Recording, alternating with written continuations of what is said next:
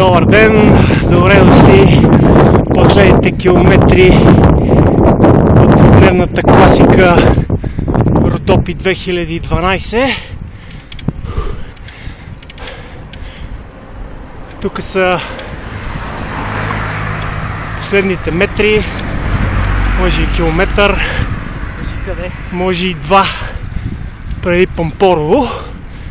Пътят от Смолян през езерата, така е известен.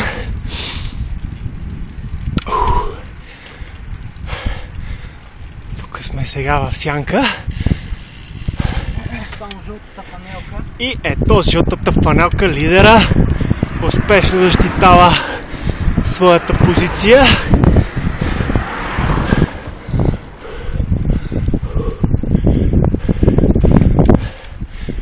Какво ще кажете за днешния етап като цяло? Вашите впечатления?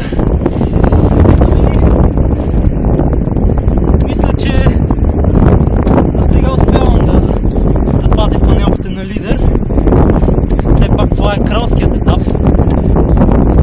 Ако това е кралския, утре не знам кое трябва да е. Но да не забравяме, че има още 4 км до превала на височината и още една височина от четвърта категория, която не е за подценяване. Може би трета. Все пак сме в края на етапа. Силите са на превършване. Чакай само, че сега да ни пизди колата. Добре, значи прогнозирате интересна развръзка. Интересна развръзка прогнозирате. Да. Тя е напълно реалистична. Да.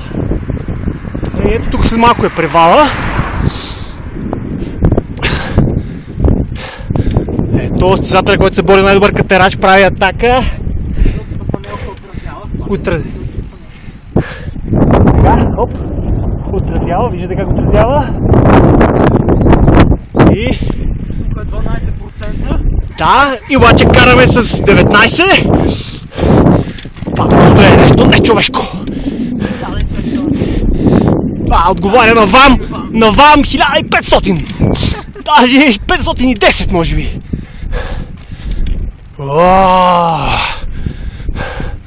Да. Сменим ръчичките, че сме по-лека предавка.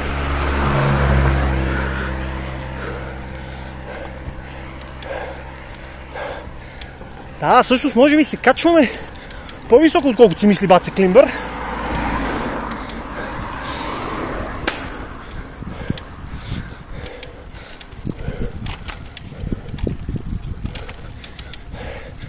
Ето един фен пресича, дали ще ни аплодира?